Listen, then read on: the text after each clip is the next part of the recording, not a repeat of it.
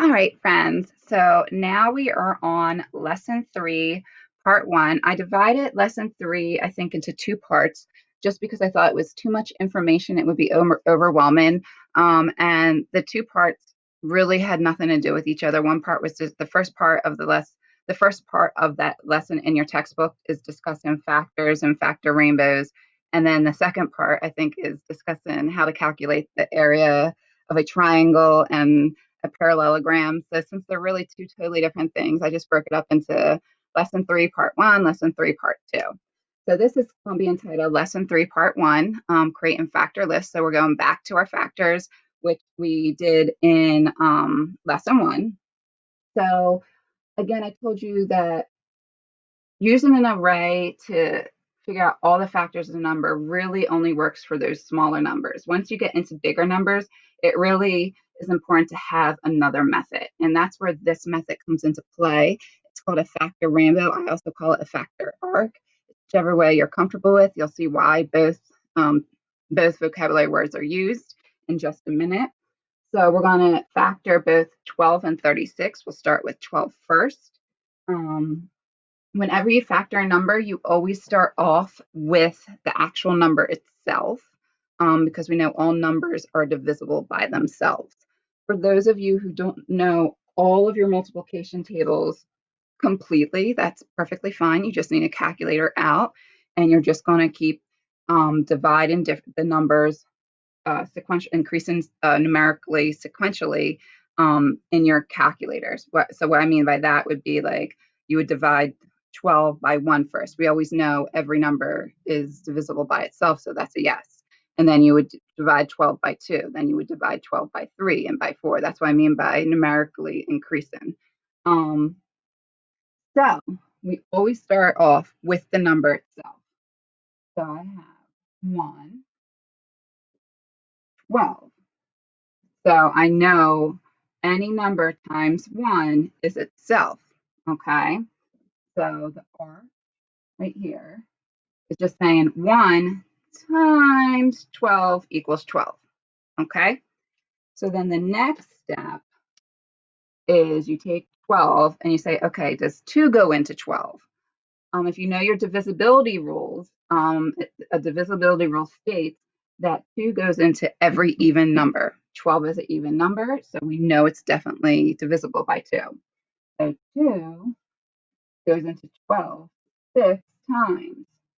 And again, this is just simply saying 2 times 6 equals 12. Okay? So far we know 1, 2, 6, and 12 are factors of 12. So now we're going to take our calculator and we're going to do 12 divided by 3. Okay, so now 3 times 4 equals 12. Okay, then I stop because the next number that comes after 3 is 4. But we already covered 4 because we did 3 times 4 is 12. 4 times 3, the inverse is still 12. So that's where this factor rainbow ends. Okay. All the factors have to be contained within these two outside numbers. So you can't go beyond 12. You can't go less than 1. So every factor of 12 is going to be in between these two numbers. Then you make your factor list. So the factor list would be 1, 2, 3, 4, 6, and 12. When you create a factor list, you have to put it in the correct order. It has to go from smallest to largest, which is called numerical increase in order. So you'll see that on an exam. They can't be mixed up. You don't start with 12. You wouldn't say 12, 4, 2, 1, 6. You wouldn't do it like that. So when you create your factor list, you would write 1, 2, 3 in numerical increase in order. Okay. Now, 36, I want to do one more because 36 has a special case about it. So I just want to emphasize what's special about 36. Don't forget, please feel free to use your calculator. Sometimes Miss Fisher will use a calculator. You'll see Miss Fisher use a calculator. Sometimes I can easily just shoot something out on the whiteboard. But please, please, please, you're always, every assessment, every quiz, every class period, you always have access to a calculator. Please use them. You're always allowed to use your calculator. Okay, so 36, what was the first step I said? First step, every number is divisible by itself. So we always start off with the number itself. So times 1, right? 1 times 36 equals 36.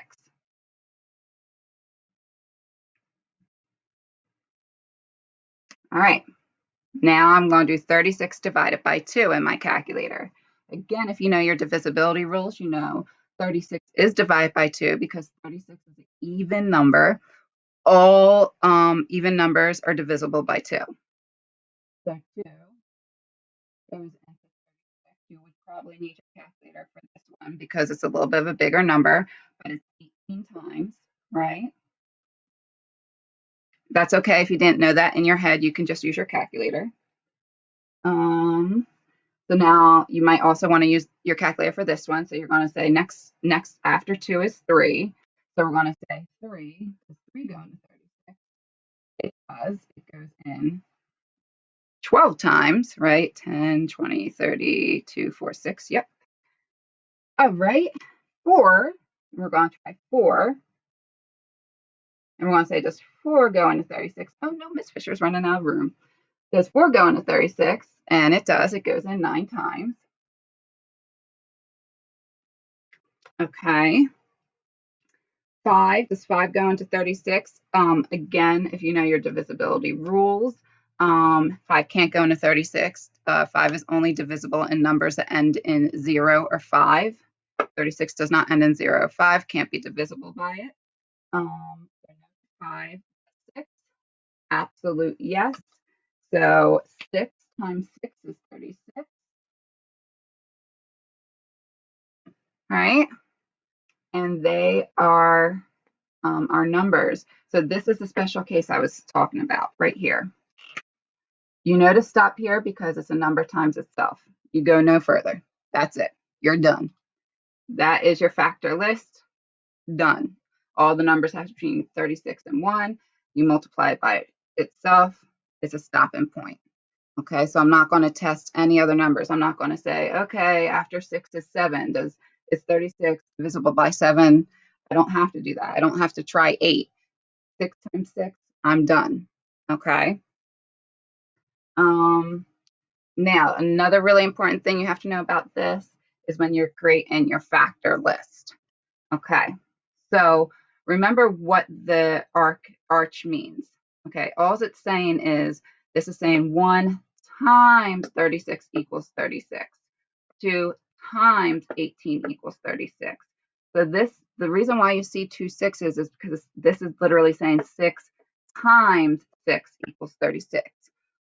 But you don't write 6 down twice to say that it's a factor of 36. You only write it one time. So when you're creating your factor list is like that.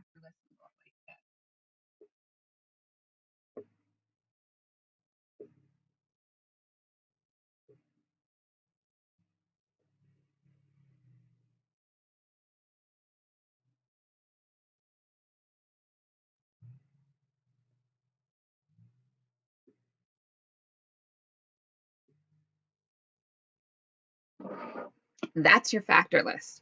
If you wrote 6 twice, it would be wrong. You can only write each number once as a factor.